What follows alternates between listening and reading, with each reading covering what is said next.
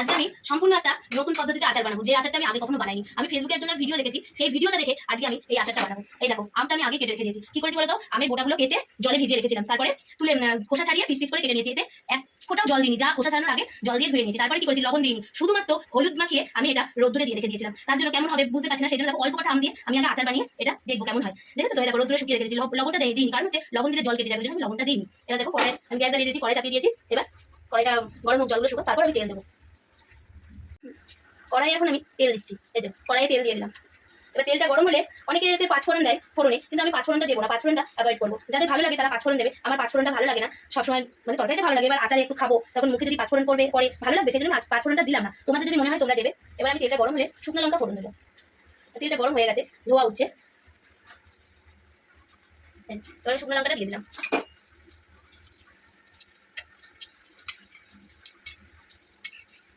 এবার আমগুলো দিয়ে দেবো, দেখেছো এই দেখো আমগুলো দিয়ে দিলাম। নতুন রকম, আগে কিন্তু আমি কখনো করি, আগে আমি কখনো করিনি, এটা আমি এবার প্রথম করছি, দেখি কেমন হয়। জানি না আমি, ওই অল্প একটু করেই দেখবো কেমন হয়, আগে তো আমি করিনি কখনো। তেলটা আমাদের অনেকটু বেশি দেওয়া হয়ে গেল, বুঝতে পারছি না। এবার একটু নাড়াচাড়া করছি, একটু নাড়াচাড়া করে এবার আমি ঢেকে দিই। এখন এটা আমি লবণ দেবো না, লবণটা আমি পরে দেবো। এখন এটা দিয়ে আমি ঢেকে দিলাম একটু সামান্য হালকা আগুনে, এটা হিট হোক, নরম। এবার ঢাকনাটা খুলে দেখি কেমন পরিস্থিতি। এই যে ঢাকনাটা খুলেছি, এবার একটু নেড়ে নিই। জানি না কেমন হবে, তবে বানাচ্ছি, দেখি যেমন হবে তেমনই। অল্প একটু এখন আম দিয়ে বানাচ্ছি, যদি ভালো হয় এবার থেকে এরকম করেই বানাবো, জল ছাড়া। দেখি কেমন হয়। এবার আর কিছুক্ষণ নাড়বো, নিয়ে তারপরে গুড় দেবো। এটা আখের গুড় দেবো, তোমরা যদি মনে করো তোমরা চিনিও দিতে পারো, আবার আখের গুড় চিনি দুটোই দিতে পারো। আমি একটু চিনিও নিয়ে এসেছি, দেখি আমটা কেমন টক হবে। আমি মুখে দেখে তুই তো খেয়েছিস, কেমন টক বল? ভালো, বেশ টক টক, মানে একটু মিষ্টি টক, মিষ্টি টক, মিষ্টি টক। এই কি আম যেন বললো, শোল খাস, দাদু বলে এটা শোল খাস, কেমন হবে জানি না। আচ্ছা, আম আমি গুঁড়ে সেদ্ধ করবো, একটু জল দিন, আর তারপর আবার ভিনিগারটা নিতে হবে, একটু ভিনিগার দিয়ে দিতে হবে।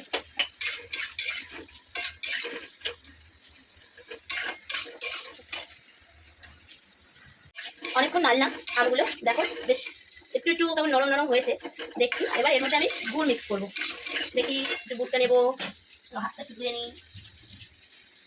এর মধ্যে গুড় দেবো, আর আমি মশলাটা মানে মশলাটা ভাজা দেখালাম না, কারণ আমি মশলাটা আগেই গুঁড়ো করে রেখে দিয়েছি, সংরক্ষণ করে রেখেছি। এবার আমি গুড় দেবো এতে, আজকে গুড়ে আম সেদ্ধ করবো, দেখি।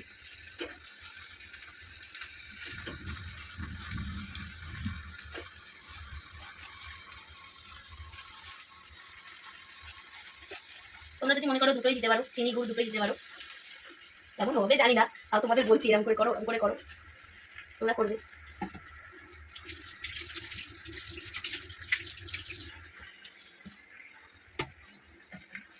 গুড়টা দিয়েছি তো, হাতটা ধুয়ে নিলাম, এইবার নাড়বো।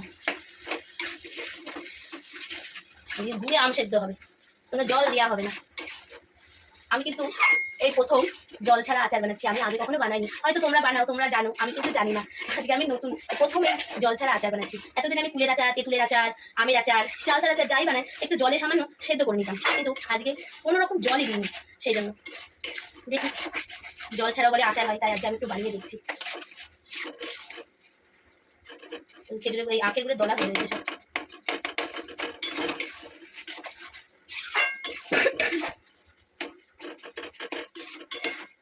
আর ক্যামেরা করছে আমার বড় মেয়ে, আরেকটু বাদেই আবার পড়া আছে, চলে যাবে, তখন আমি ক্যামেরা করবো। এখন আমার বড় মেয়ে ক্যামেরাটা করে দিচ্ছে, তারপর আমি নিজেই রাখবো, নিজেই ক্যামেরা করবো।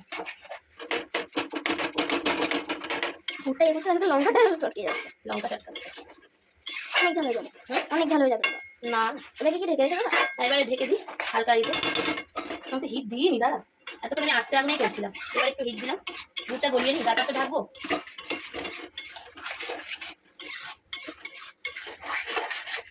এখনো কিন্তু আমি এতে লবণ দিইনি, হ্যাঁ।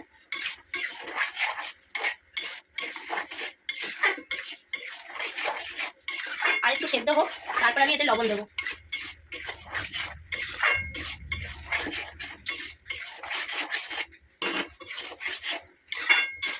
এবার আমি দুধটা গলে গিয়েছে, এবার আমি হালকা আগুনে ঢেকে দেবো। আমার মেয়ে ঢেকে দিল, এবার ঢাকনাটা খুলেছি, টক টক করে ফুটছে। এবার আমি এর মধ্যে লবণ দেবো, সামান্য একটু এবার বিট লবণ দেবো, যাতে এর একটু ফ্লেভারটা সুন্দর হয়। লবণ বেশি হয়ে যাবে কিনা জানি না, সামান্য একটু দিলাম। এবার একটু ভিনিগার দেবো এর মধ্যে, মেয়ে পড়তে চলে যাবে তো ওই জন্য এবার তাড়াতাড়ি করছি, এবার নিজে নিজে ক্যামেরা করতে হবে, তাই সামান্য একটু ভিনিগার দিয়ে দিলাম। এবার নিজে নিজে ক্যামেরা করতে হবে, হ্যাঁ ওই জন্য একটু তাড়াতাড়ি করছি, কেউ কিছু মনে করো না। এই দেখো আমগুলো দেখেছো, এই দেখো গলে গলে যাচ্ছে, কিছুটা গলবে কিছুটা শক্ত থাকবে, তবেই তো খেতে মজা লাগে। আর বিট লবণ দিয়েছি তার একটা সুন্দর ফ্লেভার বেরোচ্ছে। এবার হোক আস্তে আস্তে, গ্যাসটা একটু আস্তে দিয়ে দিই। এবার আচারটা একটু ঝোল ঝোল নামাবো, একদম শুকনো করে নামাবো না।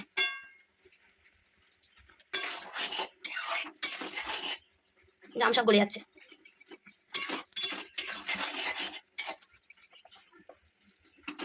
ঠিক আছে, আর এই যে আমার মশলা করা আছে, এই মশলাটাই দেবো, একবারে করে রেখেছিলাম।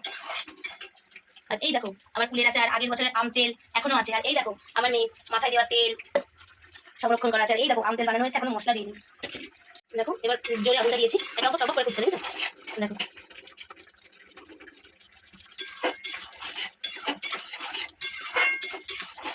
আর এই যে আমি আচার রান্না করতে করতে তোমাদেরকে একটা কথা বলছি, তোমাদের সামনে যখন বড় ভিডিও আসবে অবশ্যই করে ভিডিওগুলো দেখবে, হ্যাঁ বড় ভিডিওগুলো দেখলে তোমাদের এনগেজমেন্ট বাড়বে। আর একটা জিনিস, তোমরা যদি কারো বড় ভিডিও না দেখো তাহলে তোমাদের লং ভিডিওগুলো কে দেখবে বলো? অবশ্যই ওই জন্য তোমাদের সামনে ফেসবুক ভিডিওগুলো সাজেস্ট করবে, সেই ভিডিওগুলো দেখবে। এরকম আমার সামনে এই ভিডিওটা সাজেস্ট করেছিল, এসেছিল, সেখান থেকে আমি এই রান্নাটা দেখেছি, সেই জন্য আজকে এই রান্নাটা দেখে আমি আজকে এটা বানাচ্ছি।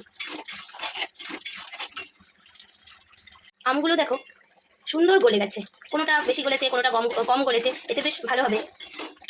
দেখেছো, এই দেখো আমার মনে হচ্ছে গুড়টা বেশি হয়ে গেল, বুঝতে পারিনি। নিয়েছে মশলা অ্যাড করবো, যে মশলাটা তোমাদের দেখালাম আমি আগে করে রেখেছিলাম, সেই মশলাটা এবার এর মধ্যে আমি দিয়ে দেবো। এই মশলাটার মধ্যে আর আছে মশলাটা আগে দিলে কি হবে, মেথি, ওই জন্য গোলমরিচ, জিরে আর শুকনো লঙ্কা আমি গোল ঝোল নামাতে হবে। খালি কড়াইয়ে তাতিয়ে নিয়ে গুঁড়ো করে নিয়েছি। কেমন দেখো মশলাটা দেওয়া হলো, আর সঙ্গে সঙ্গে একটা সুন্দর কালার চলে এসেছে, দেখছো মশলাটা দেওয়ার পর একটা সুন্দর কালার আসলো।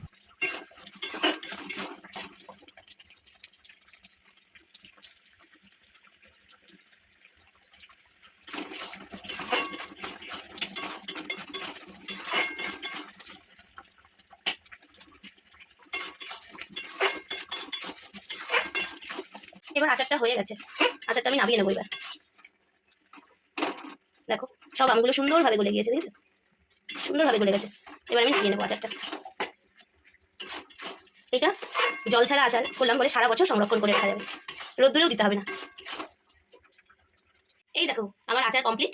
আচারটা নামানোর পরে আমি বাটিতে ঢেলে নিয়েছি, তারপরে যে কড়াইয়ে লেগেছিল সেখান থেকে আমি সামান্য একটু টেস্ট করে দেখেছি, ভালোই হয়েছে খেতে। আর হ্যাঁ আর একটু মশলা মিশিয়ে দিয়েছি, কেমন হয়েছে একটু কমেন্ট করে জানাবে। আর তোমরা কে কে এরকম করে আচার বানাও সেটাও কমেন্ট করে জানিও। আমি আজকে নতুন বানালাম, তা দেখছি ভালোই হয়েছে। এবার থেকে যখনই আচার বানাবো এরকম করে বানাবো, আমার খুব পছন্দ হয়েছে আচারটা। আর যার ভিডিও দেখে আমি আচার বানানোটা শিখে যাচ্ছি তাকে অসংখ্য ধন্যবাদ।